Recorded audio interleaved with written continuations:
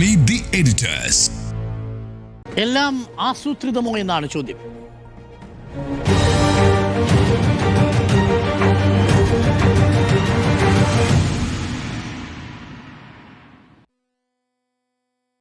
P S Sunil, ഇപ്പോൾ കേരളം ഒരു വലിയ പ്രതിഷേധത്തിൻ്റെ മുന്നിലേക്ക് പോവുകയാണ്.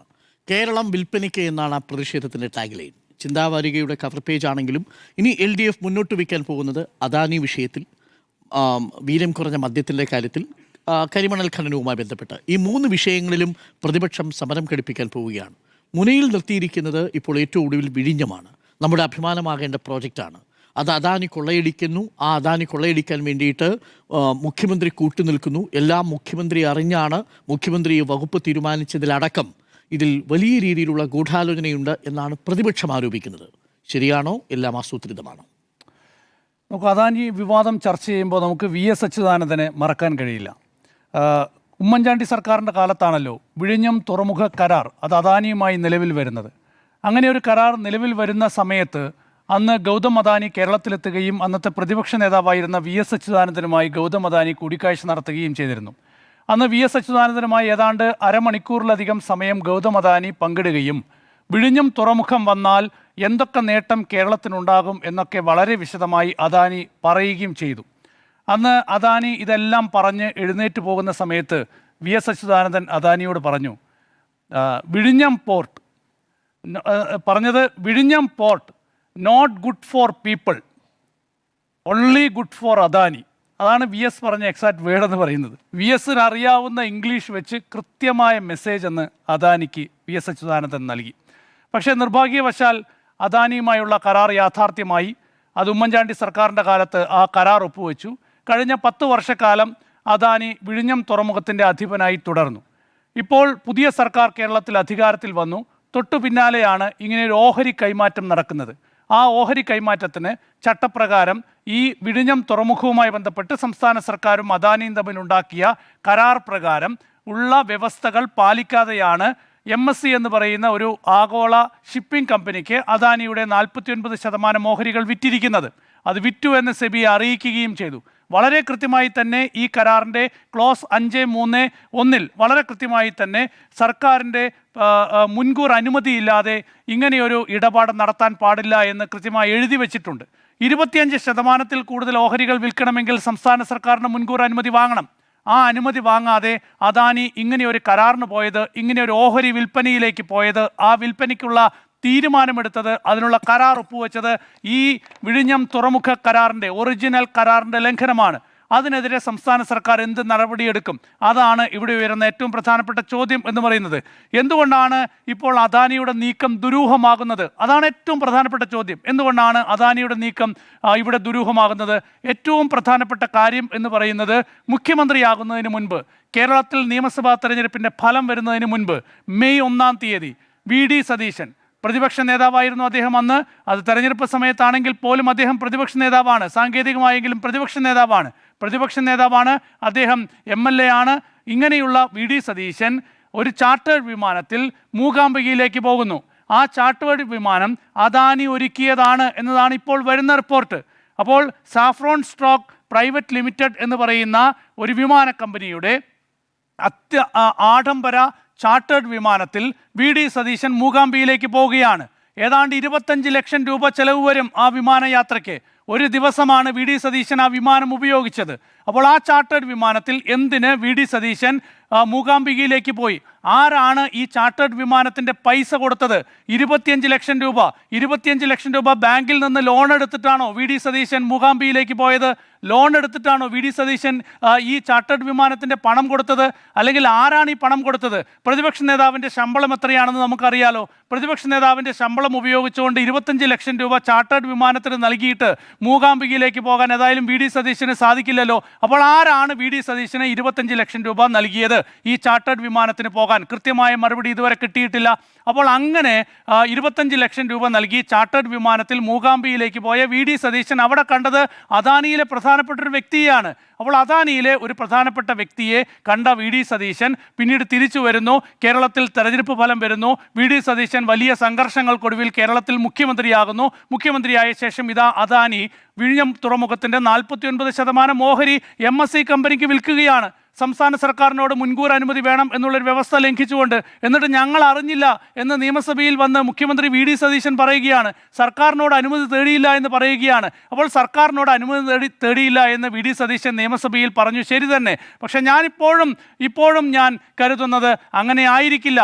കാരണം ഇതുമായി ബന്ധപ്പെട്ട് വിഴിഞ്ഞം തുറമുഖത്തിൻ്റെ ഓഹരികൾ അദാനി മറ്റൊരു കമ്പനിക്ക് വിൽക്കാൻ പോകുന്നു എന്നത് സംബന്ധിച്ചുള്ള ഊഹാപോഹങ്ങളും ചർച്ചകളും ഒക്കെ തന്നെ സർക്കാരിലും ഈ കമ്പനിയിലുമൊക്കെ തന്നെ നടന്നിട്ടുണ്ട്.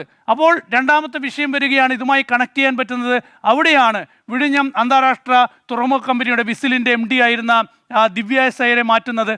അപ്പോൾ അവിടെ ദിവ്യ എസ് അയ്യരെ എന്തുകൊണ്ടാണ് മാറ്റിയതെന്ന ചോദ്യം ഇന്ന് പ്രതിപക്ഷം ഉന്നയിക്കുകയാണ്. ഇന്ന് പ്രതിപക്ഷ നേതാവ് പിണറായി വിജയൻ ആ ചോദ്യം ഉയർത്തുകയാണ്.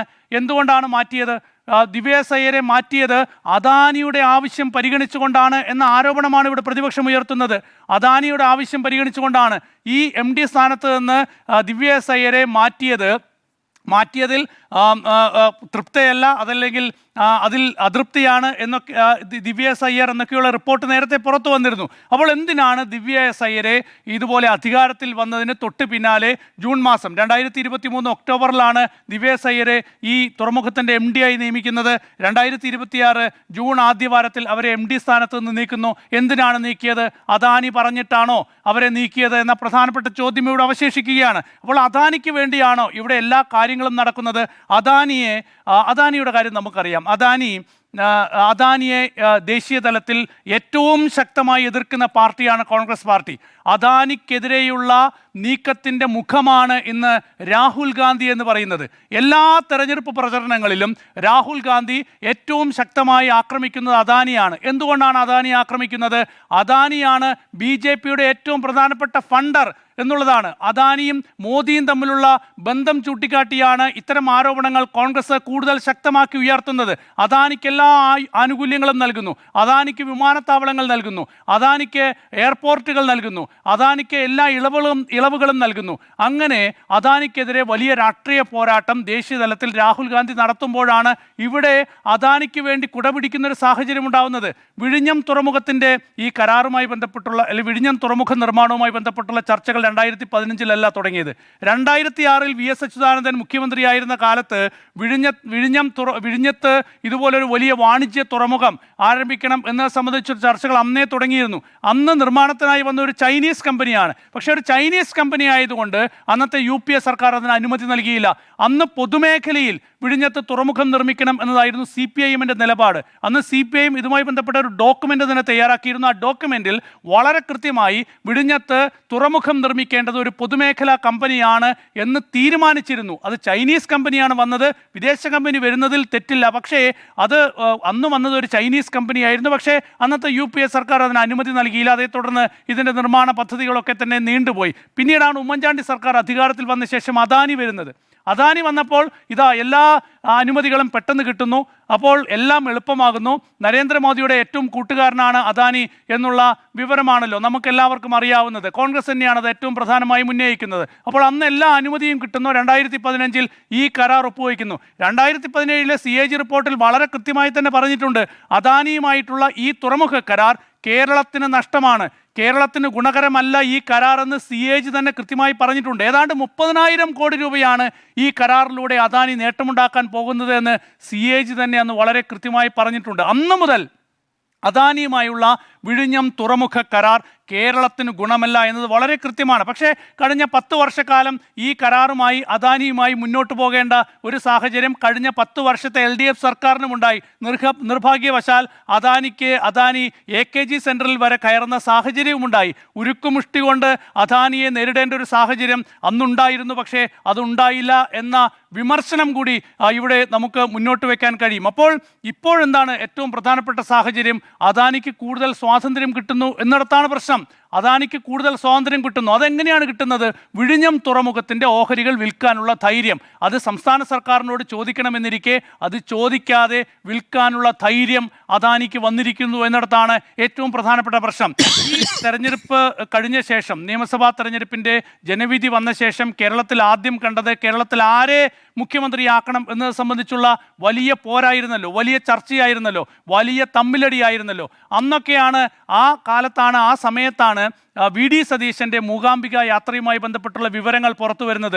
അന്ന് തന്നെ വി ഡി സതീശനും അദാനിയും തമ്മിലുള്ള ബന്ധം വളരെ കൃത്യമായി പുറത്തു വന്നിരുന്നു. അതുമായി ബന്ധപ്പെട്ടുള്ള സൂചനകളൊക്കെ തന്നെ അന്ന് വളരെ കൃത്യമായി പുറത്തു വന്നിരുന്നു. അല്ല, ഹൈക്കമാൻഡിന് മുന്നിൽ ആ വിവരങ്ങളൊക്കെ കിട്ടിയിരുന്നു.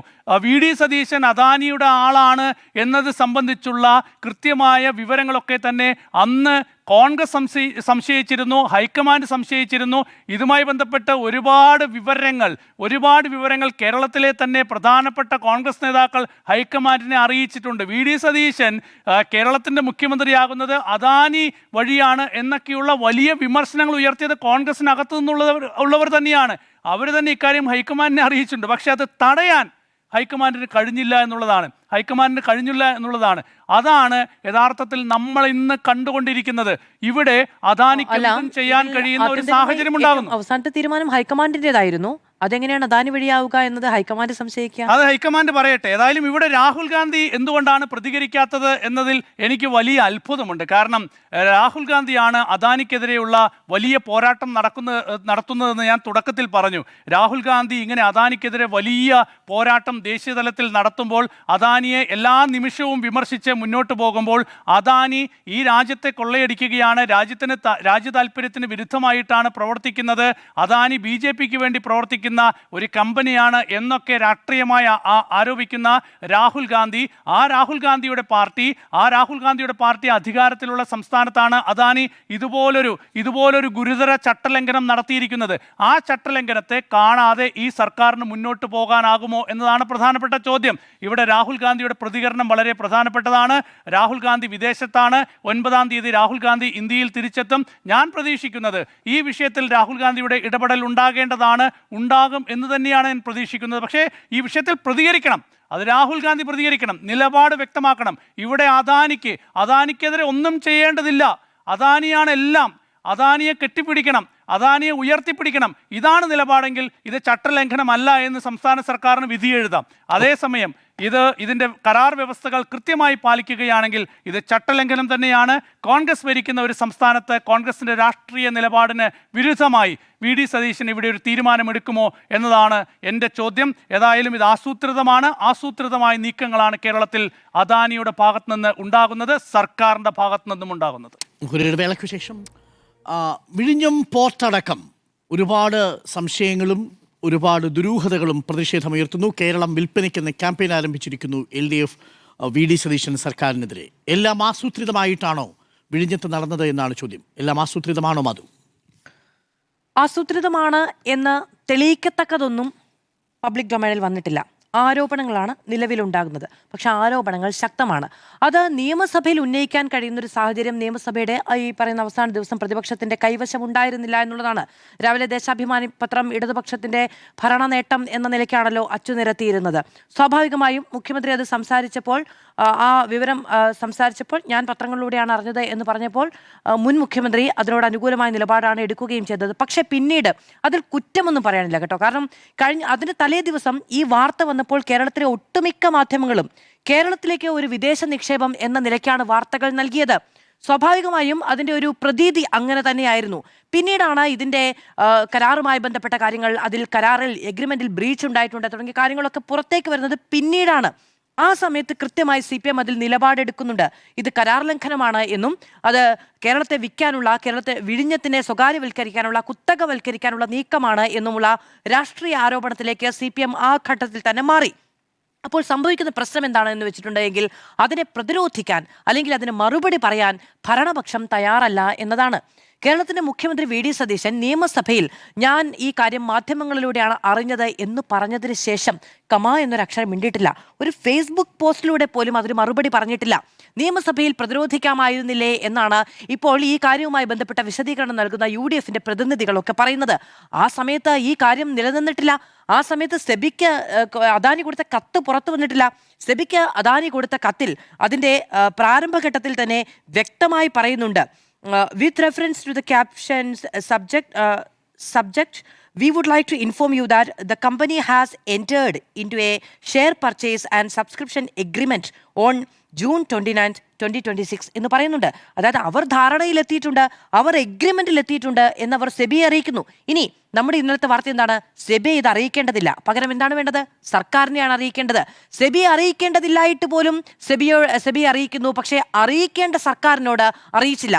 അതുകൊണ്ടാണ് കഴിഞ്ഞ ദിവസം പറഞ്ഞത്, സെബിയുടെ ചിട്ടവട്ടങ്ങൾ അനുസരിച്ചോ ചട്ടപ്രകാരമോ അല്ല വിഴിഞ്ഞം പോർട്ടുമായി ബന്ധപ്പെട്ട കാര്യത്തിൽ അദാനി നിലപാടെടുക്കേണ്ടത്, അത് കേരളവുമായി ഒപ്പുവെച്ച എഗ്രിമെന്റുമായി ബന്ധപ്പെട്ടാണ് എന്നുള്ളത്. അതിൽ കരാർ വയലേഷൻ ഉണ്ടായിരിക്കുന്നു എന്ന കാര്യത്തിൽ തർക്കമില്ല. ഇനി 2 കാര്യങ്ങളാണ് അതിലുണ്ടായിരിക്കുന്നത്. ഇപ്പൊ നോക്കൂ, എന്താണ് സർക്കാർ ചെയ്തത്? ഒരു എംപവേർഡ് കമ്മിറ്റിയെ രൂപീകരിച്ചു. ഈ വാർത്തകളും വിവാദങ്ങളും ആയതിനു ശേഷം ഒരു കമ്മിറ്റി രൂപീകരിച്ചു. ആ കമ്മിറ്റിക്ക് മുൻപാകെ അദാനി വിഴിഞ്ഞം പോർട്സ് പ്രൈവറ്റ് ലിമിറ്റഡ് കൊടുത്തിരിക്കുന്ന അപേക്ഷാ ഫോം പരിഗണനയ്ക്കെടുക്കുന്നു. നമ്മുടെ രാജ്യസുരക്ഷ, നമ്മുടെ പൊതു താല്പര്യം, സംസ്ഥാനത്തിന്റെ സാമ്പത്തിക താല്പര്യം തുടങ്ങിയ കാര്യങ്ങൾ പരിഗണിച്ച് തീരുമാനമെടുക്കാൻ എംപവേർഡ് കമ്മിറ്റിയെ ചുമതലപ്പെടുത്തിയിരിക്കുന്നു. ഇത് സാധ്യമാണ് എപ്പോൾ ഇവർ ഈ സെബിയിൽ പോയി കാര്യങ്ങൾ അറിയിക്കുന്നതിന് മുൻപും ഇവർ MSC കമ്പനിയുമായി കരാർ ഒപ്പുവെക്കുന്നതിനും ധാരണയിലെത്തുന്നതിനും മുൻപ് ഞങ്ങൾക്കിതിന് താല്പര്യമുണ്ട്, എന്താണ് കേരളത്തിന്റെ അഭിപ്രായം എന്ന് ചോദിച്ചാണ് ഈ കത്ത് കൊടുത്തതെങ്കിൽ എംപവേർഡ് കമ്മിറ്റിയെ ചുമതലപ്പെടുത്താം, പഠിക്കാം, വേണമെങ്കിൽ നിയമോപദേശം കൊടുക്കാം. ഈ കരാറിൽ പറയുന്നത് ഇതൊന്നുമല്ല കേട്ടോ. കരാറിൽ പറയുന്നത് ഒരു ഇൻഡിപെൻഡന്റ് എഞ്ചിനീയറെ ചുമതലപ്പെടുത്തണം എന്നുള്ളതാണ്. അതല്ല എങ്കിൽ ഡൽഹിയിലുള്ള ഒരു ഏജൻസിയിലേക്ക് ഇതുമായി ബന്ധപ്പെട്ട നിയമപ്രക്രിയയിൽ പരിഹാരം കാണാൻ പോകണമെന്നാണ്. ഇത് രണ്ടുമല്ല ചെയ്യുന്നത്, അതൃപ്തി അറിയിക്കുകയാണ് ചെയ്തത്. ഇന്നിപ്പോൾ CPMന്റെ പ്രതിനിധി പരിഹസിച്ചത് പ്രണയലേഖനം എഴുതി എന്നുള്ളതാണ്. ഒരു പരിഭവക്കത്താണ് പോകുന്നത്. അങ്ങനെ ആയിരുന്നില്ല അത് ചെയ്യേണ്ടത്. അപ്പോൾ കരാർ ലംഘനം ഉണ്ടായതിനു ശേഷം നൽകിയ അനുമതിയെ എംപവേർഡ് കമ്മിറ്റി രൂപീകരിച്ച് പരിശോധിക്കുകയല്ല വേണ്ടത്. നിങ്ങൾ കരാർ ലംഘനമാണ് നടത്തിയത്, അതിന് മറുപടി എന്താണ് എന്ന് ചോദിക്കുകയാണ് വേണ്ടത്. അത് ഇതുവരെ ഉണ്ടായിട്ടില്ല. ഇനി നിയമസഭയിലാകട്ടെ ഇത് അറിഞ്ഞില്ല എന്ന് പറയുന്നതിനപ്പുറത്തേക്ക് അദാനി ഈ വിഴിഞ്ഞം പോർട്ടുമായി ബന്ധപ്പെട്ട് എടുത്ത നിലപാട് തെറ്റാണ് എന്നൊരു വിമർശനം ഉന്നയിക്കപ്പെടുന്നില്ല. അത് സർക്കാർ അറിഞ്ഞു വേണമായിരുന്നു എന്ന് പറയുന്നതിനപ്പുറത്തേക്ക് ഒരു കുത്തക കമ്പനി നമ്മുടെ പരമാധികാരത്തിന്മേലേക്ക് കടന്നു കയറി ചെയ്ത ഇമാതിരി തോന്നിവാസങ്ങളെ വിമർശിക്കുക എന്ന് പറയുന്നുണ്ടല്ലോ. നല്ല മൂർച്ചയിൽ സംസാരിക്കാൻ അറിയുന്നവരാണല്ലോ രാഷ്ട്രീയ നേതാക്കൾ. VD സതീശൻ പ്രത്യേകിച്ചും ഒരു വാക്കുകൊണ്ട് പോലും കുത്തി നോവിച്ചിട്ടില്ല. അപ്പോൾ അങ്ങനെയുള്ളൊരു പ്രശ്നം കൂടി അവിടെ നിൽക്കുന്നുണ്ട്. രണ്ടാമത്തേതാണ് ദിവ്യ എസ് അയ്യരുടെ ആ സ്ഥാനത്ത് നിന്ന് മാറ്റിയതുമായി ബന്ധപ്പെട്ട് ഇപ്പോൾ KK രാഗേഷ് ഫേസ്ബുക്കിൽ കുറിച്ചിരിക്കുന്നത് തന്ത്രപരമായ ചില സമീപനങ്ങൾ സ്വീകരിച്ചു, കരാർ ലംഘനം ഉണ്ടാകാനുള്ള നീക്കങ്ങൾ അദാനി ഗ്രൂപ്പിന്റെ ഭാഗത്തു നിന്നുണ്ടായപ്പോൾ അതിനെ തടഞ്ഞു എന്നൊക്കെയാണ്. കരാർ ലംഘനം ഉണ്ടാകാനുള്ള ശ്രമങ്ങൾ അപ്പോൾ അതിനു മുൻപും അദാനി കമ്പനിയുടെ ഭാഗത്തു നിന്നുണ്ടായി എന്നാണോ KK രാഗേഷ് പറയുന്നത് എനിക്കറിയില്ല. അതിനെയൊക്കെ അതിന്റെ മുന്നണി പോരാളിയായി നിന്ന് തടഞ്ഞയാൾ ദിവ്യ എസ് അയ്യരാണ് എന്നാണ് അദ്ദേഹം ഫേസ്ബുക്കിൽ കുറിച്ചിരിക്കുന്നത്. ഇനിയിപ്പോൾ KK രാഗേഷ് അവിടെ നിന്ന് പോകുന്ന സമയത്ത് ദിവ്യ എസ് അയ്യർ അദ്ദേഹത്തിന്റെ നേതൃഗുണത്തെ കുറിച്ച് വാചാലയായിരുന്നു. ഒന്ന് അങ്ങോട്ടോ ഒന്ന് ഇങ്ങോട്ടോ എന്നുള്ള നിലയ്ക്കാണോ എന്നറിയില്ല. എന്തായാലും വാചാളനാണ് KK രാഗേഷ്. തന്ത്രപ്രധാനമൊക്കെ അവിടെ നിൽക്കട്ടെ, പക്ഷെ അതിനപ്പുറത്തേക്ക് അവർ ആ പോർട്ടിന്റെ ഭാഗമായിരുന്നു. ഇപ്പോൾ അവിടേക്ക് എത്തിയിരിക്കുന്നത് ഈ പോർട്ട് ഡെവലപ്മെന്റുമായി ബന്ധപ്പെട്ട് യാതൊരു തരത്തിലുള്ള ഈ മുൻപരിചയവും ഇല്ലാത്ത ഒരാളാണ്. അത് മുഖ്യമന്ത്രിയുമായി ചേർന്ന് നിൽക്കുന്ന അദ്ദേഹത്തിന്റെ പ്രൈവറ്റ് സെക്രട്ടറി കൂടിയായിട്ടുള്ള രത്തൻ കേൽക്കറാണ്. രത്തൻ കേൽക്കർ തന്നെയാണ് പോർട്ട് സെക്രട്ടറിയുമായിട്ട് നിൽക്കുന്നത്. ഇതിലൊക്കെ ഒരു ഗൂഢാലോചന സിദ്ധാന്തം CPM ഉന്നയിക്കുന്നുണ്ട്, മുൻ മുഖ്യമന്ത്രി ഉന്നയിക്കുന്നുണ്ട്. മുൻ മുഖ്യമന്ത്രി കഴിഞ്ഞ ദിവസം മാധ്യമങ്ങളെ കണ്ടപ്പോൾ പറഞ്ഞത് സർക്കാർ അറിഞ്ഞു എന്നാണ്. പക്ഷെ അതുമായി ബന്ധപ്പെട്ട് CPMന് ഇതുവരെ മുന്നോട്ട് വെക്കാൻ ഒരു രേഖ കിട്ടിയിട്ടില്ല എന്നതാണ്.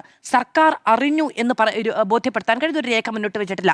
സെബിയെ അറിയിച്ചു എന്നുള്ളതാണ്. സെബി അറിയിച്ചാൽ സർക്കാർ അറിയണമെന്നില്ല. അവിടെ ഒരു ബ്രീച്ച് ഉണ്ടായിരിക്കുന്നത് അദാനിയുടെ ഭാഗത്തു നിന്നാണ്.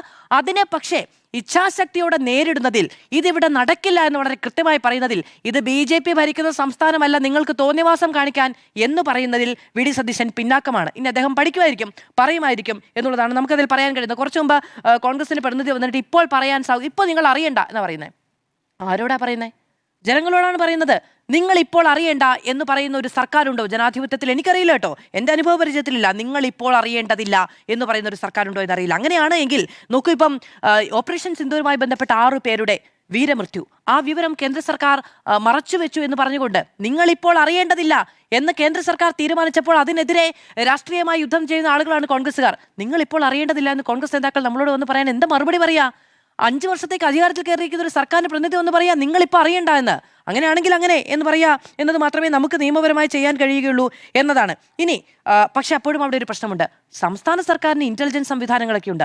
മാധ്യമങ്ങളുടെ സോഴ്സ് പോലും ഇല്ല. പത്രം വായിച്ചിട്ടേ അറിയാൻ കഴിയുള്ളൂ എന്ന് പറഞ്ഞാൽ അതൊരു പരിമിതമായ സാഹചര്യമാണ് എന്നതുകൂടി പറയേണ്ടതുണ്ട് എന്ന് തോന്നുന്നു. അപ്പോൾ നിയമസഭയിൽ ഈ വിഷയം ഉന്നയിച്ചു കഴിഞ്ഞിരിക്കുന്നു. നിയമസഭയിൽ അന്ന് പ്രതിപക്ഷത്തിന് ഉന്നയിക്കാൻ കഴിയുന്ന രേഖകളൊന്നും, ഇത് ആദ്യത്തെ ദിവസമായിരുന്നു, അതുകൊണ്ട് തന്നെ രേഖകളൊന്നും ഉണ്ടായിരുന്നില്ല. ഇനി സർക്കാർ അറിഞ്ഞു എന്ന് പറയാൻ ഇപ്പോഴും രേഖകളില്ല. ഇപ്പോഴും പുറത്തു വന്ന രേഖകൾ പര്യാപ്തമല്ല എന്നതുകൂടി ഒരു പ്രശ്നമാണ്.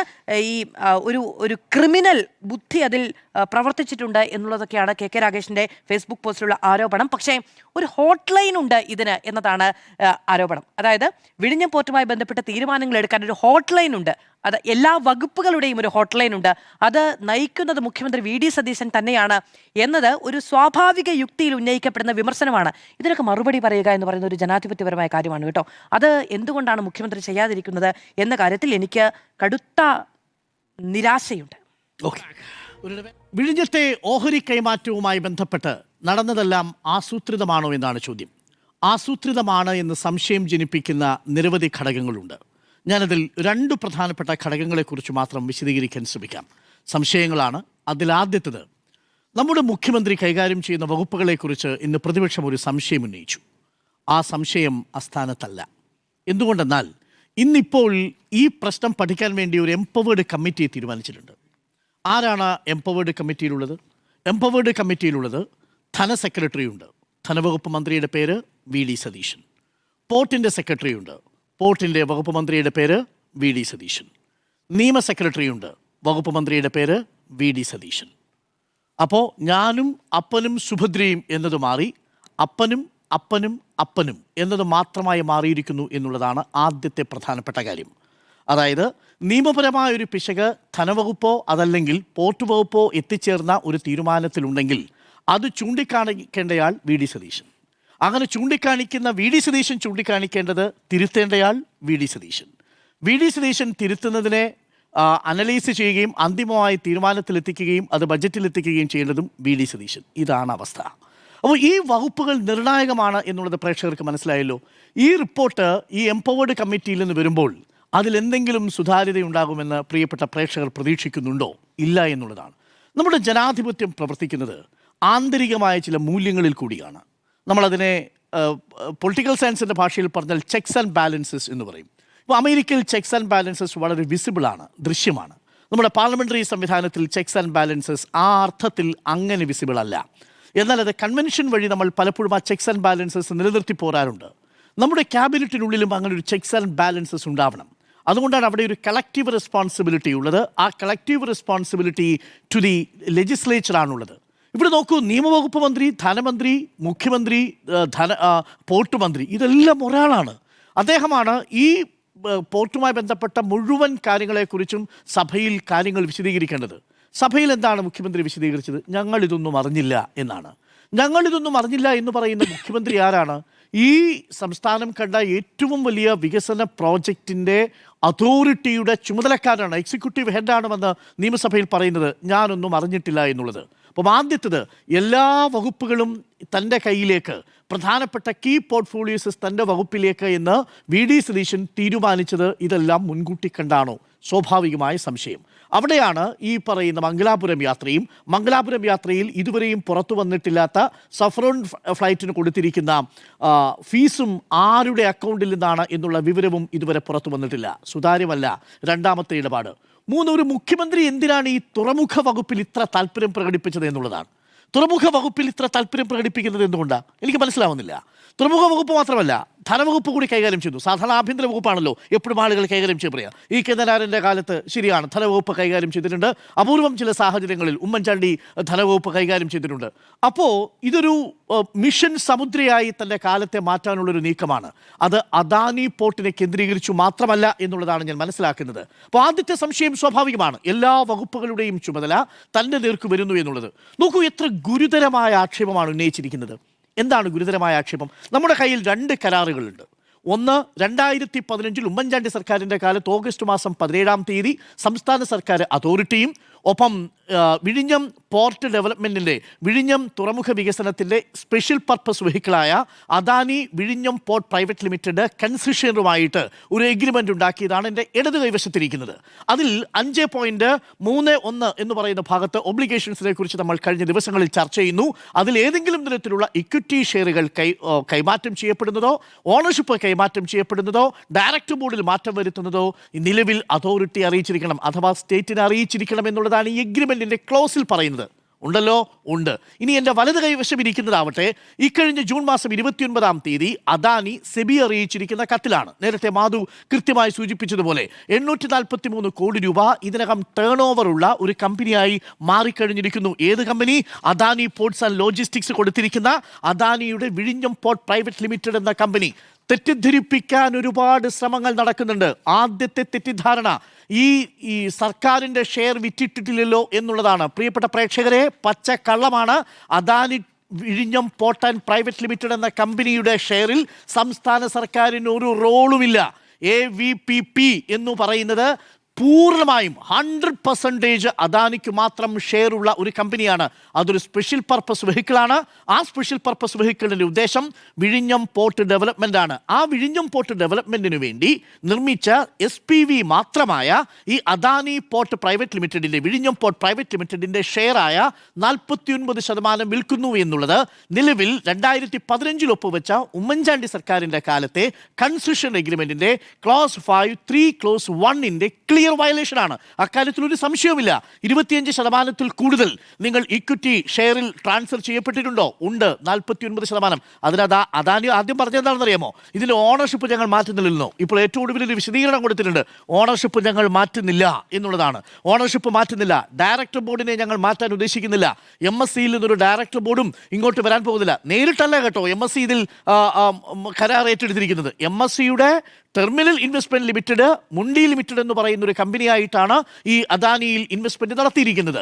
ആ ഇൻവെസ്റ്റ്മെന്റ് ആവട്ടെ മൊത്തം 27,000 കോടി രൂപയുടെ ടേൺ ഓവർ 2028 ഉണ്ടാകുമെന്ന് കാട്ടി 13,240 കോടി രൂപയുടെ നിക്ഷേപമാണ് ഇപ്പോൾ അദാനി ഉറപ്പുവരുത്തിയിരിക്കുന്നത്. അപ്പോൾ ഈ കമ്പനിയിൽ, ഏത് കമ്പനിയിൽ? അദാനി വിഴിഞ്ഞം പോർട്ട് പ്രൈവറ്റ് ലിമിറ്റഡ് എന്ന കമ്പനിയിൽ സംസ്ഥാന സർക്കാരിന് 1 രൂപയുടെ ഷെയർ പോലും ഇല്ല എന്നുള്ളതാണ് വാസ്തവം. ആ കമ്പനി ഈ ഓഹരി കൈമാറ്റം നടത്തുന്നത് സംസ്ഥാന സർക്കാരിനെ അറിയിക്കാതെ പോയാൽ എന്ത് ചെയ്യാൻ കഴിയും? സംസ്ഥാന സർക്കാരിനെ മിഴുങ്ങസിയാതെ നോക്കിയിരിക്കാനേ പറ്റത്തുള്ളൂ. വേണ്ടി വന്നാൽ 37 സെക്ഷൻ പ്രകാരം സസ്പെൻഡ് ചെയ്യാനുള്ള അതോറിറ്റി ഇതേ സർക്കാരിന്, ഇതേ അതോറിറ്റിക്ക് നിലവിൽ കൊടുക്കുന്നുണ്ട്. കരുത്തുണ്ടോ? ആംബിയറുണ്ടോ സസ്പെൻഡ് ചെയ്യാൻ? ഈ വരുന്ന ദിവസങ്ങളിലെ വിഴിഞ്ഞത്തു നിന്നുള്ള പോർട്ട് ഫീ അടക്കമുള്ള ഫീ കളക്ട് ചെയ്യുന്നതിൽ നിന്ന്, കൺസെഷൻ എഗ്രിമെന്റിൽ നിന്ന് താൽക്കാലികമായ ഒരു വിശദീകരണം തരുന്നതുവരെ അദാനി വിഴിഞ്ഞം പോർട്ട് പ്രൈവറ്റ് ലിമിറ്റഡിനെ സസ്പെൻഡ് ചെയ്യാനുള്ള ഒരു ആംബിയർ കാണിക്കുമോ എന്നുള്ളതാണ്. ഈ ആംബിയർ എന്ന് പറയുന്നത് ഏതെങ്കിലും ഇതിൽ വിദേശ മൂലധന നിക്ഷേപമോ സംസ്ഥാനത്ത് മൂലധന നിക്ഷേപമോ നടത്തുന്ന കമ്പനികളെ നിരുത്സാഹപ്പെടുത്താനല്ല, ഇത് പബ്ലിക് ഇൻട്രസ്റ്റിൽ നടത്തേണ്ടതാണ് എന്നുള്ളതാണ്. നേരത്തെ തുടക്കത്തിൽ PR സുനിൽ പറഞ്ഞല്ലോ, നമ്മുടെ നാട്ടിൽ അങ്ങനെ ആംബിയറുള്ള കുറച്ച് നേതാക്കന്മാരുണ്ടായിരുന്നു.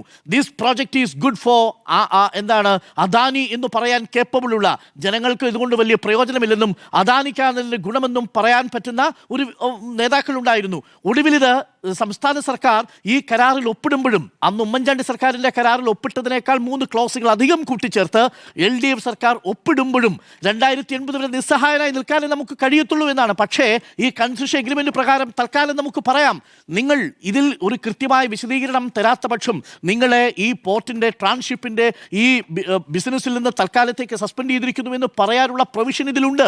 വേണ്ടി വന്നാൽ 38 അനുസരിച്ച് ടെർമിനേറ്റ് ചെയ്യാനും. അതൊന്നും നടക്കാൻ പോകുന്നില്ല. എങ്കിൽ പോലുമുള്ള ഒരു സാധ്യത ഇതിൽ കൊടുത്തിരിക്കുന്നു എന്നുള്ളതാണ്. അപ്പോൾ പാർട്ട് 1 ഇതിൽ മുഖ്യമന്ത്രിക്ക്, നമ്മളുടെ പോർട്ട് മന്ത്രിക്ക്, നമ്മുടെ ധനമന്ത്രിക്ക്, നമ്മുടെ നിയമന്ത്രിക്ക്, ഇതെല്ലാം ഒന്നായ VD സതീശന് ഇതിൽ ഏതെങ്കിലും ഉത്തരവാദിത്വം ഉണ്ടെങ്കിൽ നിലവിൽ പ്രത്യക്ഷത്തിൽ തന്നെ കരാർ ലംഘനം നടന്നിരിക്കുന്ന സാഹചര്യത്തിൽ ഈ 2 എഗ്രിമെന്റ് നമ്മുടെ മുന്നിലുണ്ടല്ലോ, നിലവിൽ ഈ ക്ലോസ് വെച്ചുകൊണ്ട് കൺസെഷൻ എഗ്രിമെന്റിന്റെ വയലേഷൻ ചൂണ്ടിക്കാണിച്ചുകൊണ്ട് ഈ അദാനി പോർട്ട് പ്രൈവറ്റ് ലിമിറ്റഡിനെ തൽക്കാലത്തേക്ക്, എന്നതേക്കുമായി വേണമെന്നില്ല, ഒരാഴ്ചത്തേക്ക് വേണ്ട, ഒരു ദിവസത്തേക്ക് ഈ വിഴിഞ്ഞത്തിന്റെ ട്രാൻസ്ഷിപ്പിന്റെ കൈകാര്യം ചെയ്യലിൽ നിന്ന് സസ്പെൻഡ് ചെയ്യാനുള്ള ആംബിയർ ഉണ്ടാകുമോ എന്നുള്ളതാണ് ആദ്യത്തെ ചോദ്യം. രണ്ടാമത്തത് ഇത് ആസൂത്രിതമോ എന്ന ചോദ്യത്തിന് നേരത്തെ മാധു സൂചിപ്പിച്ചൊരു ഭാഗമുണ്ട്. അതായത് എന്തുകൊണ്ടാണ് വിഴിഞ്ഞം പോർട്ടിൻ്റെ ചുമതലയുണ്ടായിരുന്ന നമ്മുടെ ദിവ്യ എസ് അയ്യരെ ആ സ്ഥാനത്ത് നിന്ന് മാറ്റിയത് എന്നുള്ളതാണ്. പൊതുവെയുള്ള സ്ഥാനചലനം എന്നാണ് പ്രിയപ്പെട്ട പ്രേക്ഷകർ കരുതിയതെങ്കിൽ തെറ്റി. താരതമ്യേന വൃത്തിയായി തന്നെ വിഴിഞ്ഞം ട്രാൻസ്ഷിപ്പ് ടെർമിനലിൻ്റെ കാര്യങ്ങൾ മുന്നോട്ട് കൊണ്ടുപോയിക്കൊണ്ടിരിക്കുകയായിരുന്നു നമ്മുടെ ദിവ്യ എസ് അയ്യർ. അതിൽ അവർ കാണിച്ച നേതൃത്വപരമായ കഴിവിനെ നമ്മളടക്കം എല്ലാവരും, പ്രതിപക്ഷമടക്കം എല്ലാവരും അന്ന് തന്നെ ആദരിച്ചിരുന്നതാണ്, ബഹുമാനിച്ചിരുന്നതാണ്. അവരതിൽ അസാമാന്യമായ അവരുടെ നേതൃത്വശേഷി പ്രകടിപ്പിച്ചിരുന്നതുമാണ്. അക്കാര്യത്തിൽ ഒരു തർക്കവും നമുക്കുണ്ടായിരുന്നില്ല. MSCയുടെ വലിയ ഭീമൻ കപ്പലുകൾ വരുന്നതടക്കമുള്ള കാര്യങ്ങളെ നമ്മൾ ആഘോഷിച്ചിരുന്നു. പക്ഷേ എന്തുകൊണ്ടാണ് ദിവ്യ അവിടെ നിന്ന് മാറ്റിയത്? ഇപ്പോൾ പുറത്തു വരുന്ന ചില വിവരങ്ങളുണ്ട്. അവിടെയുള്ള ചില ഉദ്യോഗസ്ഥരുമായി നേരിട്ട് ഞാൻ നടത്തിയ സംഭാഷണത്തിൽ നിന്ന് മനസ്സിലാവുന്ന 2 കാര്യങ്ങൾ ഞാൻ പ്രേക്ഷകരോട് പറയാം. ഇന്ന് രാകേഷ് പറഞ്ഞതിൻ്റെ തുടർച്ചയാണത്. എന്തെന്നാൽ അറിയേണ്ട 2 കാര്യങ്ങളുണ്ട് നമ്മുടെ മുന്നിൽ. ഒന്ന്, ദിവ്യ എസ് അയ്യരെ ഈ പോർട്ടിൻ്റെ ചുമതലയിൽ നിന്ന് മാറ്റിയത് അദാനിയുടെ താല്പര്യപ്രകാരമായിരുന്നോ? നമ്പർ 1, അദാനിയുടെ താല്പര്യം എന്തിനാണ് എന്ന ചോദ്യമാണ് പ്രസക്തം. അദാനി ഇതിനു മുമ്പും കരാർ വയലേഷൻസ് നടത്തിയിരുന്നോ? 2 ചോദ്യങ്ങളാണ് എനിക്ക് ഈ പോർട്ടുമായി ബന്ധപ്പെട്ട മന്ത്രിയോടുള്ളത്. ഒന്ന്, അദാനി ഇതിനു മുമ്പ് നടത്തിയ ചെറുതും വലുതുമായ ചില വയലേഷൻസിന് പോർട്ടിൻ്റെ ഭാഗത്ത് നിന്ന് അന്ന് പോർട്ടിൻ്റെ ചുമതലയുണ്ടായിരുന്ന ദിവ്യ എസ് നായർ നോട്ടീസ് അയച്ചിട്ടുണ്ട് എന്നുള്ള വിവരമാണ് നമുക്ക് ലഭിക്കുന്നത്. അങ്ങനെ അദാനിക്ക് ദിവ്യ എസ് നായർ അയച്ച നോട്ടീസ്, അതിനുള്ള മറുപടി അദാനി കൊടുത്തിരുന്നോ? ആ അദാനി കൊടുത്ത മറുപടികളിൽ തൃപ്തയല്ലാതെ പെനാൾട്ടി അടയ്ക്കാൻ പോലും ദിവ്യ എസ് നായർ അദാനി എന്ന കമ്പനിയോട് ആവശ്യപ്പെട്ടിരുന്നോ? Question number 1. Divya S Iyer അങ്ങനെ കത്ത് കൊടുത്തിരുന്നു. ആ കത്ത് നോട്ടീസ് കൊടുത്തിരുന്നു. നോട്ടീസിന് ശേഷം തൃപ്തികരമല്ലാത്ത വിശദീകരണത്തിന് പെനാൽറ്റി അടയ്ക്കാൻ പോലും നിർബന്ധിതമാകുന്ന സാഹചര്യം ഉണ്ടായിരുന്നോ? ഇത് അദാനിയുടെ വിഴിഞ്ഞം പോർട്ട് പ്രൈവറ്റ് ലിമിറ്റഡ് എന്ന കമ്പനിയിലെ ഉദ്യോഗസ്ഥരിൽ അസംതൃപ്തി ഉണ്ടാക്കിയിരുന്നോ? അവരുടെ താല്പര്യമാണോ ഓരോ തരത്തിലുള്ള വയലേഷൻസും ചൂണ്ടിക്കാട്ടി നോട്ടീസ് അയക്കുന്ന ദിവ്യ എസ് അയ്യരുടെ പോർട്ടിൻ്റെ ചുമതലയുള്ള MDയുടെ നോട്ടീസുകൾ ഇടയ്ക്കിടയ്ക്ക് അദാനി പോർട്ടിന് ലഭിക്കുന്നത് ഒരു അസൗകര്യമായി അദാനി കണ്ടിരുന്നോ? ചോദ്യം 1. ആ താല്പര്യമായിരുന്നോ നിലവിൽ VD സതീശൻ ഈ പോർട്ട് ചുമതലയിൽ നിന്ന് ഈ ദിവ്യ എസ് അയ്യരെ പുറത്താക്കാനുള്ള തീരുമാനമെടുത്തത്? ഈ തീരുമാനമാണോ അന്ന് മംഗലാപുരത്തേക്കുള്ള യാത്രാവേളയിൽ എടുത്തത് എന്നുള്ളതാണ് ഏറ്റവും പ്രധാനപ്പെട്ട ചോദ്യം. കാര്യം ഇവിടെ ദിവ്യയാണ് അവിടെ ഇരിക്കുന്നത് എങ്കിൽ ഈ കാര്യങ്ങളൊന്നും നടക്കൂല എന്നുള്ളത് വ്യക്തമാണ്. കാരണം ഈ എഗ്രിമെൻറ്റിൽ ചെറിയ ചെറിയ കാര്യങ്ങൾക്ക് എനിക്കറിയാവുന്ന വിവരം അനുസരിച്ച് ചെറിയ വയലേഷൻസിന്, ഉദാഹരണത്തിന് ഈ അവിടെ പാലിക്കേണ്ട ചില പ്രധാനപ്പെട്ട മാനദണ്ഡങ്ങളുണ്ട്. ഇപ്പോൾ ആ മാനദണ്ഡങ്ങൾ കീ പെർഫോമൻസ് ഇൻഡിക്കേറ്റേഴ്സ് എന്ന് പറയുന്ന ചില മാനദണ്ഡങ്ങളുണ്ട്. ഇപ്പോൾ ഒരു വെസൽ ഈ ട്രാൻസ്ഷിപ്മെൻറ്റ് ഏരിയയിലേക്ക് പ്രവേശിച്ചു കഴിഞ്ഞാൽ എത്ര സമയം അവിടെ ബർത്തിങ് നടത്താം, എത്ര സമയം കൊണ്ട് ആ പോർട്ടിൽ നിന്ന് അടുത്ത സ്ഥലത്തേക്ക് പോകണം, അതെപ്പോൾ വിട്ടുപോകണം, അത് എത്ര സമയം ബർത്തിൽ കിടക്കുന്നു, അതിന് പലതരത്തിലുള്ള ഫീകളുണ്ട്. ആ ഫീകളടക്കം ബർത്തിൽ എത്ര സമയം ഷിപ്പ് കിടക്കുന്നു, വിട്ടുപോകുന്നു, അവിടെ അവശേഷിപ്പിച്ചു പോകുന്ന സാധനങ്ങൾ, ഇതിലെല്ലാത്തിനും കൃത്യമായ കണക്കുകളുണ്ട്. ഇതെല്ലാം സൂക്ഷ്മമായി വിലയിരുത്തി ഓരോ വയലേഷൻസിനും നോട്ടീസ് അയക്കുന്നു എന്നുള്ളതാണ്. നോക്കൂ, അത്രയും കൃത്യമായി തന്നെയാണ് അവിടെ കാര്യങ്ങൾ നടന്നുകൊണ്ടിരുന്നത്. ഇത് പക്ഷേ ഒരു കോർപ്പറേറ്റ് കമ്പനിക്ക് പറ്റൂല. കോർപ്പറേറ്റ് കമ്പനി എന്താ പറയുക? ഉദാഹരണത്തിന് ഞാൻ പറയാം, വരുമാനത്തിൻ്റെ കാര്യത്തിൽ വരെ ഗുരുതരമായിട്ടുള്ള വീഴ്ച അവിടെ സംഭവിച്ചിരുന്നു എന്നുള്ളതാണ്. 843 കോടി രൂപയാണ് ഇതുവരെയുള്ള വിഴിഞ്ഞത്തിൻ്റെ വരുമാനം. നാളിതുവരെയാണ് കേട്ടോ. ആ ടെർമിനലിൽ കൂടുതൽ കപ്പലുകൾ വരുന്ന മാസം വരുമാനം കുറയുന്നതായിട്ട് കാണുക. ഒരു കപ്പൽ എത്തുമ്പോൾ അതിന് വിവിധ ഫീകളുണ്ട്. 32ഓളം ഹെഡുകൾ ഉണ്ടെന്നാണ് ഞാൻ മനസ്സിലാക്കുന്നത്. അതിൽ ഇപ്പോൾ ആങ്കറേജ് ഫീ ഉണ്ട്, അതിൽ ബർത്തിങ് ഫീ ഉണ്ട്, അതിൽ യാർഡ് ഫീ ഉണ്ട്. ഓരോ ഫെസിലിറ്റിയും ഉപയോഗിക്കുന്നതിനുള്ള ഫീസ് ഈ പോർട്ടിൽ പബ്ലിക് ഡൊമൈനിൽ അത് ലഭ്യമാണ്. അങ്ങനെ ഓരോ ഹെഡിൽ നിന്നും ഈടാക്കേണ്ട ഫീസിൽ കൃത്യമായ കണക്ക് കാണിക്കില്ല. ആ കൃത്യമായ കണക്ക് കാണിക്കാത്തപ്പോൾ അതിന് നോട്ടീസ് അയക്കുക എന്നതാണ് MDയുടെ പണി. അതാണ് MD ചെയ്തുകൊണ്ടിരുന്നതും. ഇത് MD ചെയ്തുകൊണ്ടിരുന്നു എന്നുള്ളത് കൊണ്ടാണ് MD അഥവാ ദിവ്യയെ യഥാർത്ഥത്തിൽ കണ്ണിലെ കരടായി കണ്ടിരിക്കുന്നത് എന്നുള്ളതാണ്. അല്ല, അത്തരത്തിൽ ഈ പറയുന്ന എഗ്രിമെന്റ് ബ്രീച്ച് ഉണ്ടായി എന്നുള്ള കാര്യം ദിവ്യ എസ്സർക്ക് മനസ്സിലാവുകയും അദാനിയോട് നോട്ടീസ് അയക്കും. പക്ഷേ മറുപടി കൊടുക്കും. ആ മറുപടികൾ തൃപ്തികരമല്ല. എപ്പോഴും കോർപ്പറേറ്റ് കമ്പനിയുടെ വിശദീകരണം അങ്ങനെ ആയിരിക്കും. അതിനെ ഡിഫൈൻ ഇപ്പൊ നോക്കൂ, ഈ സെബി എന്തെങ്കിലും തരത്തിലുള്ള നടപടികളുണ്ടാവും. തിരിച്ചങ്ങോട്ട് നടപടികളുണ്ടാവും. നോട്ടീസ് അയക്കുക എന്നത് മാത്രമാണ്. അതാണ് ആ നടപടികൾ എന്ന് പറയുന്നത്. നോട്ടീസ് അയക്കുക, നോട്ടീസ് അയക്കുമ്പോൾ അവർ അപ്പോളജി അയക്കും. അടുത്ത തവണ വരുമ്പോൾ ഞങ്ങളത് ശ്രദ്ധിച്ചുകൊള്ളാം. കാര്യം ഇതൊരു കൺസിസ്റ്റന്റ് പ്രൊവിഷൻ എഗ്രിമെന്റ് ആയതുകൊണ്ട് സംസ്ഥാന സർക്കാർ ഒരു കപ്പലിന് ഇപ്പോൾ നിങ്ങൾക്ക് $100 കുറഞ്ഞു എന്ന് പറഞ്ഞ് പിഴയിടാനൊന്നും പറ്റൂല. കാരണം എന്ന് വെച്ച് കഴിഞ്ഞാൽ ആ രീതിയിലാണ്. അങ്ങനെ വേണമെങ്കിൽ അങ്ങനെ പോകാം, ഒരു കൊള്യൂഷനിലേക്ക് പോകും. പകരം എന്ന് പറയും, പകരം കമ്പനി ഒരു കോർപ്പറേറ്റ് നയത്തിന്റെ ഭാഗമായിട്ട് ഒരു കത്തയക്കും, അത് അടുത്ത വെസൽ വരുമ്പോൾ ഞങ്ങൾ പക്ഷേ ഈ പറയുന്ന അദാനി കമ്പനി ഇങ്ങനെ ഇത്തരത്തിലുള്ള ബ്രീച്ച് നടത്തിയിട്ടുണ്ടെന്നുള്ള കാര്യം ഇതുവരെയും നോക്കൂ, അത് പുറത്തു വരേണ്ടതല്ല. അത് പുറത്തു വരേണ്ടതല്ല. കാരണം അത് internal പ്രശ്നം കൂടി internal audit-ന്റെ പ്രശ്നമാണ്. ഈ MSc എൽസയുമായി ബന്ധപ്പെട്ട പ്രശ്നം ഉണ്ടായല്ലോ, അപകടത്തിന്റെ പശ്ചാത്തലം. അതിൽ എന്തൊക്കെയാണ് ഉണ്ടായിരുന്നത് എന്ന് സംബന്ധിച്ച് നമുക്ക് ധാരണ ഉണ്ടായിരുന്നില്ല. അപ്പോൾ പോലും എന്തുകൊണ്ടാണ് പോർട്ടുമായി ബന്ധപ്പെട്ട ഒരു വാർത്താ സമ്മേളനം നടത്താത്തതെന്നൊരു ചോദ്യം ഉണ്ടായിരുന്നു. അന്നും വേണ്ടിയിട്ടില്ല. അത് ഒരുപാട് താല്പര്യങ്ങളുണ്ട്. അതാണ് പറഞ്ഞത്, ഇന്ന് വി ഡി സതീശൻ കാണിക്കുന്ന സാധനം ജനങ്ങളോട് പറയുന്നില്ല എന്ന് പറയുന്ന സാധനം അതൊന്നും ഉണ്ടായിട്ടില്ല. അല്ല, അവിടുത്തെ പ്രശ്നം എന്ന് പറയുന്നത് ഇപ്പോൾ MSc ആണെങ്കിലും മറ്റേതെങ്കിലും കമ്പനി ആണെങ്കിലും പെട്ടെന്നുണ്ടാക്കുന്ന നെറേറ്റീവ് എന്താ, സംസ്ഥാനത്ത് വിദേശ മൂലധന നിക്ഷേപം കൊണ്ടുവരുന്നതിനെതിരാണ് എന്ന് പറയുന്ന ആശയം. പക്ഷെ ഇവിടെ അങ്ങനെയല്ല. വി ഡി സതീശൻ അപകടത്തിന്റെ പശ്ചാത്തലത്തിൽ പോലും എന്നാണ് ഞാൻ പറഞ്ഞത്. ഇവിടെ എന്താ പറഞ്ഞിരിക്കുന്നത്? ഇവിടെ വി ഡി സതീശൻ മറുപടി പറയേണ്ടത് വി ഡി സതീശന്റെ 3 വകുപ്പുകൾ കയ്യിലിരിക്കുകയാണെന്നേ. ആ 3 വകുപ്പുകൾ കയ്യിലിരിക്കുമ്പോൾ ഈ വകുപ്പ് കൈവശം ഇരുന്ന ആളുകൾ മിണ്ടിയിട്ടില്ല. അല്ല, അതിന്റെ കാരണം എന്താ? ഒന്ന്, അതൊരു ആർബിട്രേഷനിൽ കിടക്കുന്ന വിഷയമാണ്. അത് സംസ്ഥാന സർക്കാർ, നിങ്ങൾ നോക്കൂ, MSc എൽസ കപ്പല് അപകടത്തിൽപ്പെടുമ്പോൾ അത് ആർബിട്രേഷനിൽ ഇരിക്കുന്ന വിഷയമാണ്. ആർബിട്രേഷനിൽ ഇരിക്കുന്ന വിഷയത്തിൽ സംസ്ഥാന സർക്കാർ അഭിപ്രായം പറയാനില്ല. പക്ഷേ സംസ്ഥാന സർക്കാർ രജിസ്റ്ററും എന്തൊക്കെ അതിലുണ്ടായിരിക്കണമെന്ന വിവരങ്ങളും ഉണ്ടാകണം. അതിനകത്ത് എന്താ പറഞ്ഞിരിക്കുന്നത്? 1200 കോടി രൂപ ഒടുവിൽ ഞാൻ മനസ്സിലാക്കുന്നത് MSc എൽസ ഇവിടെ നിക്ഷേപിച്ചിട്ടുണ്ട് എന്നാണ്. അക്കാര്യത്തിൽ നമുക്ക് അനുകൂലമായി ഭാഗികമായി ഒരു ഭാഗത്തിൽ നീക്കമുണ്ടായി. പക്ഷേ പൂർണ്ണമായിട്ട് നമുക്ക് തന്നിട്ടില്ല. MSc കേസ് വാദിച്ചുകൊണ്ടിരിക്കുകയാണ്. ഞാൻ പറയുന്നത് കേസിന്റെ കാര്യമല്ല സർ, കേസ് നടക്കുന്നു. പക്ഷേ കേസിന് മുൻപും അപകടത്തിൽപ്പെടുന്നതിന് മുൻപും ഒരു പോർട്ടിലേക്ക് ഒരു വെസൽ വരുമ്പോൾ അതിൽ കണ്ടെയ്നറുമായി ബന്ധപ്പെട്ട ലോഡ് ലിസ്റ്റ് അവിടെ കൊടുക്കണം. അതുകൊണ്ട് അപകടമുണ്ടായ പശ്ചാത്തലത്തിൽ പബ്ലിക് ഡൊമൈനിൽ വേണ്ട സർ, പബ്ലിക് ഡൊമൈനിൽ വേണ്ട, പക്ഷെ പോർട്ടിൽ ഉണ്ടാകണം. അപകടമുണ്ടായ സമയത്ത് ഏറ്റവും ഗുരുതരമായ രാസപദാർത്ഥങ്ങളുടെ ലീക്ക് ഉണ്ടായോ എന്ന അടക്കമുള്ള ആശങ്കകൾ ഉണ്ടായ സമയത്തും സർക്കാരിന് വിവരം ഉണ്ടായിരുന്നില്ല. അല്ല, സർക്കാർ ഈ പറയുന്ന കാര്യങ്ങൾ പോർട്ടിന്റെ പൂർണ്ണമായിട്ടുമുള്ള ചുമതല, എന്തൊക്കെ ഉള്ളിൽ വരുന്നു പുറത്തു പോകുന്നു എന്ന് നിരീക്ഷിക്കാനുള്ള പ്രാഥമിക സൗകര്യം മാധു നിലവിൽ വിഴിഞ്ഞത്തില്ല.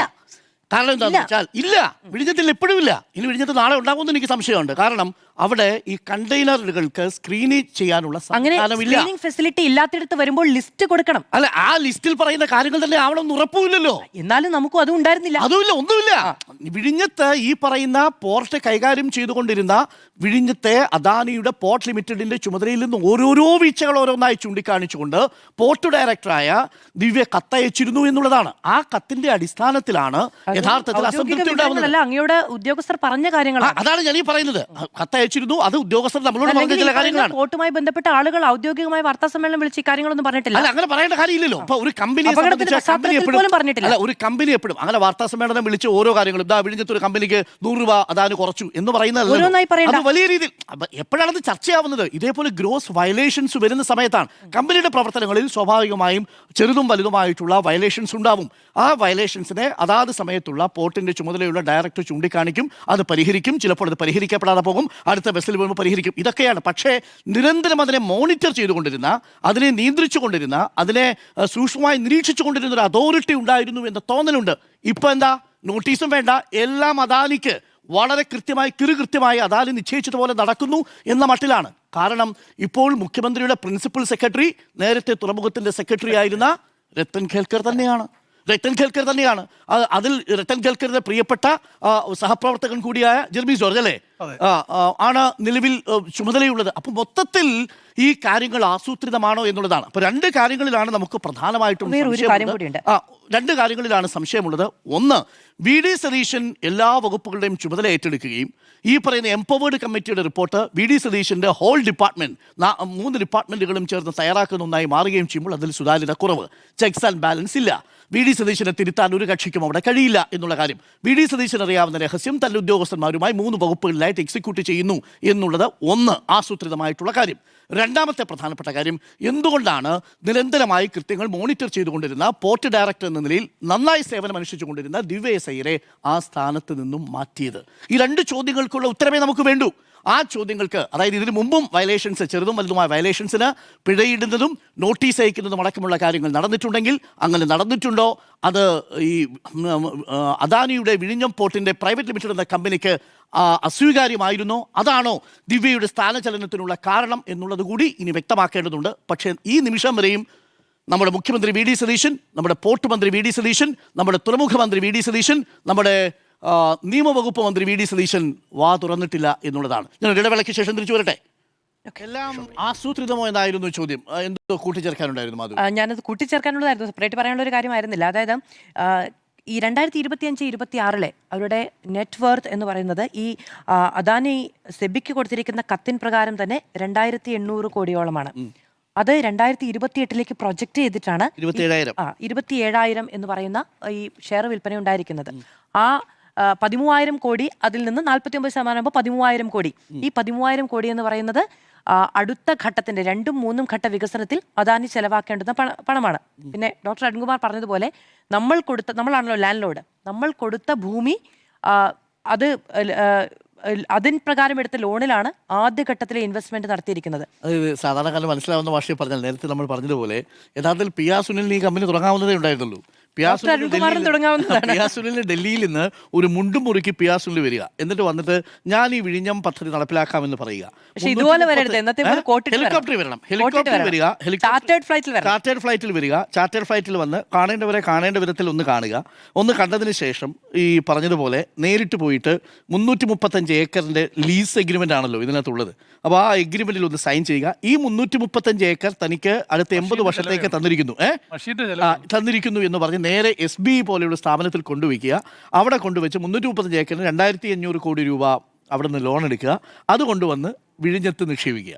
അതിനുശേഷം ഇതിൻ്റെ 1 വർഷം കഴിയുമ്പോൾ ഇതിൻ്റെ ടേൺ ഓവർ 843 കോടിയാണെന്ന് കാണിച്ച് നേരെ MSC പോലുള്ള കമ്പനിയിൽ നിന്ന് 10,000 കോടി രൂപ എംബസിയുടെ കയ്യിൽ നിന്ന് വാങ്ങി അടുത്ത ഘട്ടത്തിൻ്റെ വികസനത്തിന് ഉപയോഗിക്കുക. ഇപ്പം അദാനിയുടെ കയ്യിൽ നിന്ന് എത്ര രൂപ ചിലവായി? ഷെയർ ക്യാപിറ്റൽ 897 കോടി മാത്രമാണ്. നെറ്റ് വർത്ത് 2,813 കോടി. 2ാം ഘട്ട വികസനത്തിന് ശേഷം ഈ കണ്ടെയ്നർ കപ്പാസിറ്റി ഒക്കെ വർദ്ധിപ്പിച്ചതിന് ശേഷം 2028 ഇത് 27,000 കോടിയായി മാറും എന്നത് MSC കമ്പനിയുമായി ബോധ്യപ്പെടുത്തിയിട്ടാണ് 13,000 കോടിയുടെ നിക്ഷേപം വാങ്ങിയിരിക്കുന്നത് എന്നുള്ളതാണ്. അതൊരു പ്രൊജക്ഷനാണ്.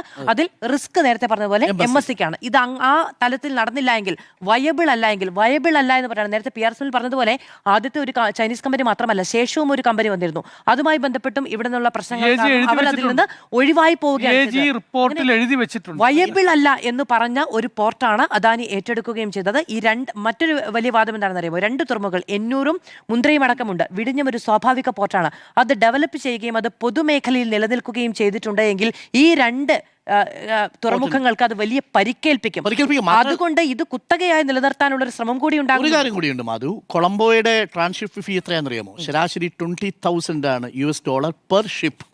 വിഴിഞ്ഞത്ത് കൊളംബോയിൽ ഒരു ഷിപ്പ് ട്രാൻസ്ഷിപ്പ് ചെയ്ത് തിരിച്ചു പോകുമ്പോൾ അത് വിഴിഞ്ഞത്തേക്ക് വരുമ്പോൾ 10,000 കുറയുന്നു എന്നുള്ളതാണ് മറ്റുള്ള കപ്പലുകൾക്കുള്ള ആനുകൂല്യം എന്ന് പറയുന്നത്. ഇത് പൊതുമേഖലയിലാണെങ്കിൽ വീണ്ടും കുറയും സ്വാഭാവികമായിട്ടും. അത് മുദ്രയും എന്നൂറിനും അടക്കമുള്ളവർക്കും തട്ടുകടായിട്ട് തിരിയും ചെയ്യും. പക്ഷേ ഇവിടുത്തെ പ്രശ്നം അതല്ല. ഇവിടെ കൈ നനയാതെ ഒരു രൂപ ചെലവില്ലാതെ അദാനിയുടെ അക്കൗണ്ടിലേക്ക് ഈ പണം എത്തിയിരിക്കുന്നു എന്നുള്ളതാണ് നമ്മുടെ തീരദേശം മാത്രം കാണിച്ചൊരു പ്രശ്നമുണ്ട്. കാരണം ഇത് ഏറ്റെടുക്കാൻ പിന്നീട് ഈ ആദ്യത്തെ ചൈനീസ് കമ്പനിയും പിന്നീട് ഒഴിവായി പോയ കമ്പനിക്കും ശേഷം മറ്റാരും മുറുക്കി കൊടുത്ത് വന്നിട്ടുണ്ടായിരുന്നില്ല. അപ്പോഴാണ് ഇത് ഏകപക്ഷീയമായി നടപ്പിലായത്. അതുകൊണ്ടാണ് അന്ന് കരാർ ഒപ്പിടേണ്ടി വന്നത് എന്നുള്ളത് അന്നത്തെ സർക്കാർ വിശദീകരിക്കുകയും ചെയ്യുന്നത്. അതല്ലേ, പല ക്ലിയറൻസ് ആവശ്യമുണ്ടല്ലോ. ഡിഫൻസ് ക്ലിയറൻസ് വേണം, തീരദേശ ഭാഗത്തു നിന്നുള്ള ക്ലിയറൻസ് വേണം, തീരദേശത്ത് താമസിക്കുന്നവരുടെ ക്ലിയറൻസ് വേണം. കേന്ദ്ര സർക്കാരിന് വേദനയില്ല, ആർക്കും വേദനയില്ലല്ലോ. ഈ വിഷയത്തിൽ ഇപ്പോൾ ആർക്കും വേദനയില്ല എന്നുള്ളതാണ്. ശരിക്കും പറഞ്ഞാൽ ഈ പദ്ധതിയുടെ ഇനി നമുക്ക് എന്താ ചെയ്യാൻ കഴിയുക? ഇതിന് പുറത്ത് നിന്ന് ഒന്ന് സസ്പെൻഡ് ചെയ്യാം എന്നതല്ലാതെ മറ്റൊന്നും ഇതിനകത്ത് ചെയ്യാൻ കഴിയില്ല. വേലിക്കെട്ടിന് പുറത്ത് നിന്നുകൊണ്ട് ഈ കാര്യങ്ങൾ നോക്കിക്കാണാം. ഈ പദ്ധതി കൈവിട്ടുപോയി. ഇത് പൂർണ്ണമായും അദാനിയുടെ നിയന്ത്രണത്തിലുള്ള 2080 വരെ നമ്മൾ ഇതിൽ നോക്കിക്കൊണ്ട് നിൽക്കുക. 2034 മുതൽ 1% വീതം ഇതിൻ്റെ ലാഭം. ഇപ്പോൾ 800 കോടിയാണെങ്കിൽ 800 കോടിയുടെ 1% 2034 കിട്ടുക. അന്ന് 800 കോടി ആയിരിക്കില്ല, അതിൽ കൂടും സ്വാഭാവികമായും. ഇപ്പോൾ 800 കോടിയാണ് ഒരു വർഷത്തെ വരുമാനമെങ്കിൽ അതിൻ്റെ 1% സ്റ്റേറ്റിന് കിട്ടുക. അടുത്ത വർഷം 2034 അതായത് ഇന്നേക്ക് 8 വർഷങ്ങൾക്ക് ശേഷമാണ് 1% കിട്ടുക. ഒരു കാര്യം കൂടി ഉണ്ട് കേട്ടോ, നാളിതുവരെ ഒരൊറ്റ ലോഡ് വണ്ടി പോലും അവിടെ നിന്ന് ഷിപ്പിൽ നിന്ന് പുറത്തിറക്കി ഒരു കണ്ടെയ്നർ പോലും റോഡ് മാർഗം പോയിട്ടില്ല. റോഡില്ല, ഈ നിമിഷം വരെ പോയിട്ടില്ല. മാത്രമാണ് നടന്നിരിക്കുന്നത്. എല്ലാം ആസൂത്രിതമോ എന്നതായിരുന്നു ചോദ്യം. yes എന്ന് 2, no എന്ന് 1.